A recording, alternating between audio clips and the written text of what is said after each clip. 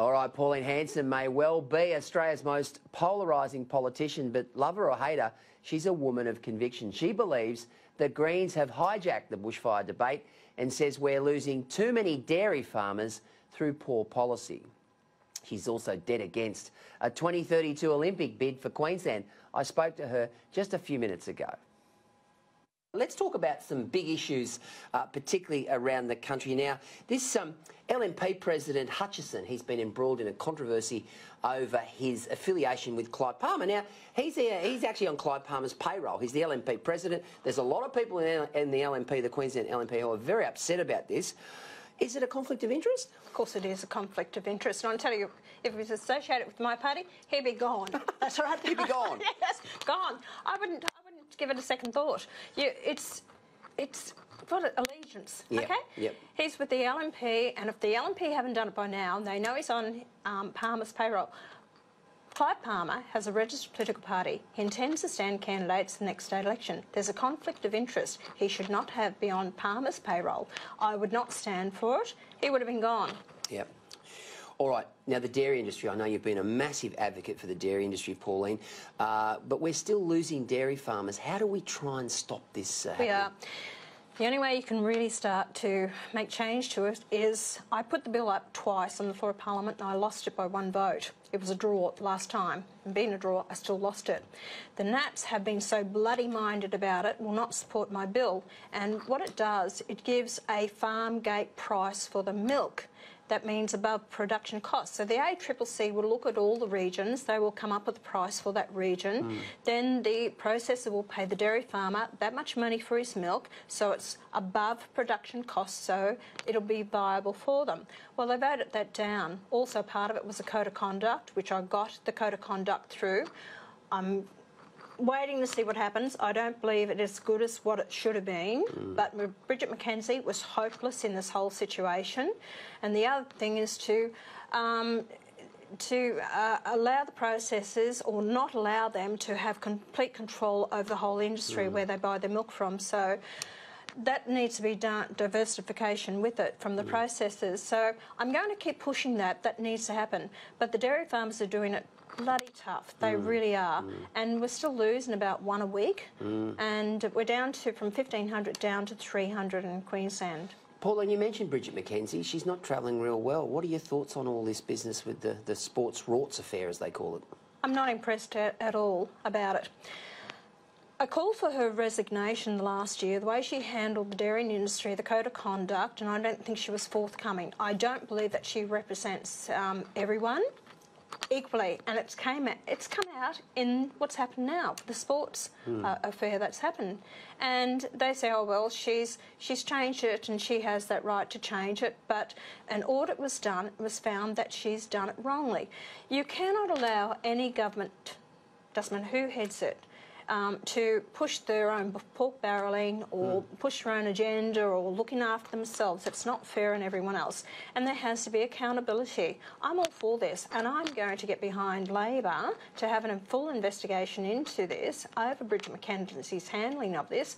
People are sick and tired of lies, corruption, or whatever politicians get up to and feathering their own nest. People had a gutful of it.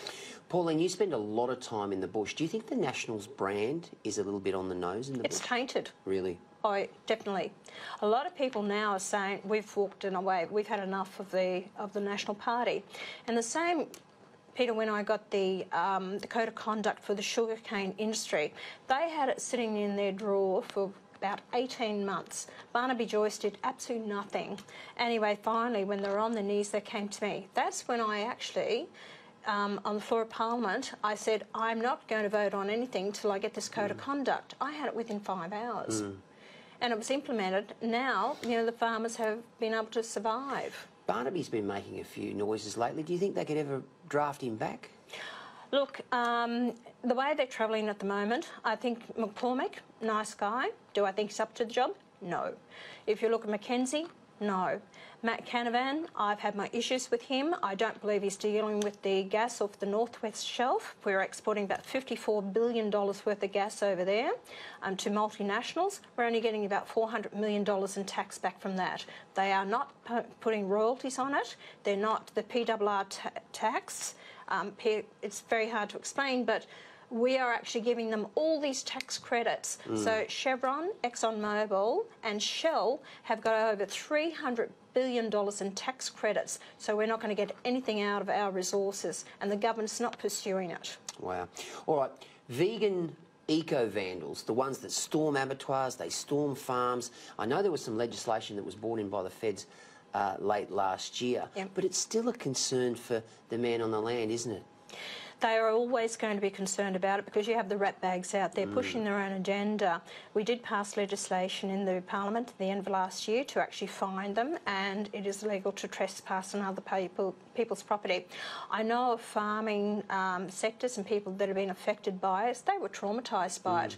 And actually one had a cafe on it. They had these little animals that kids used to go up and pat, and you know what, they are so traumatised by it, they actually shut down the whole business, and I think it was about 15 people lost their jobs over it. It's so extraordinary. It is extraordinary, and this is where we as a society have got to say, hey, enough's enough. We're not going to put up with this rubbish. The same as the rat bags gluing themselves to the streets in Brisbane and shutting down everyone's life. Well, there's more talk about that in the coming days. All right, now the bushfires have dominated the headlines in recent weeks and months.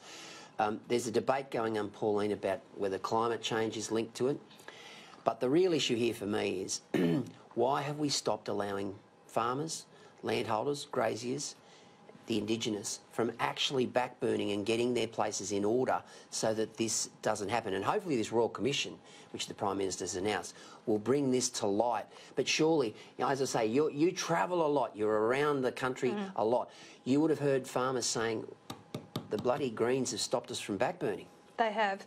The Greens have put pressure on the Labor Party because they wanted the preferences from the Greens. So they've taken over controls from the grassroots, that's the local government councils. And I've heard people, they said, we've had this house, we wanted to build a house, second house on the property. They refused to let us remove the trees from around the house. And I'm talking about bushland. So they have stopped them from doing that. There was stupidity of only 20-metre boundary. And if you've got a boundary fence, you can only, you know, cut about 4 metres from the boundary fence. Well, that's ridiculous as well. We live in a country that is, you know, we know from Dorothy McCullough's poem, you know, floods, fires, bush and drought, that's the country we live in. But it's totally different to other countries. When we see the bushfires go through there, they're not as horrendous as what they are here because of the eucalypt tree. And the eucalypt tree actually explodes, and that's why you have these intense bushfires that go through. But also because we have not cleaned the forest floors. We have not allowed back burning. All this has happened. It's built up the fuel over the last, they say, 30 years. That's why it was so intense. Don't blame climate change because it was mismanagement of our land and stopping the farmers from allowing their cattle into national parks to actually eat down the grass and control it. Farmers are great environmentalists if we only let them do their jobs. Very well said. All right, we're going to finish off with the Olympics. You're not a big fan of the 2032 Olympics for Queensland. Why, Pauline? The report says from the Oxford University that Olympics will cost approximately about $12.5 billion. Do you think Queensland can afford it? No, we can't. And I travel the state quite extensively, and we've got rural and regional areas. They can't even have hospitals for maternity wards. We can't provide the nurses. The roads are in shocking condition. And most of all, Peter, we haven't got the water infrastructure that we need for the state. You know, for a 2-week sugar hit, we could actually put in the Bradfield scheme, the hybrid Bradfield scheme to water Queensland, but also flow it down to the Murray-Darling for $15 to $20 billion.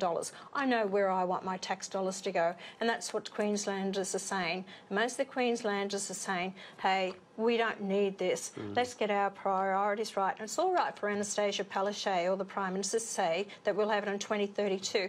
won't be here. So they're going to leave a huge debt to Queenslanders? I don't think so. And was the Commonwealth Games a huge success? I don't think so either. So ask the businesses. They didn't get their clientele across the doors. The locals were angry about it. The games were absolutely opening, closing, were terrible. Shocking.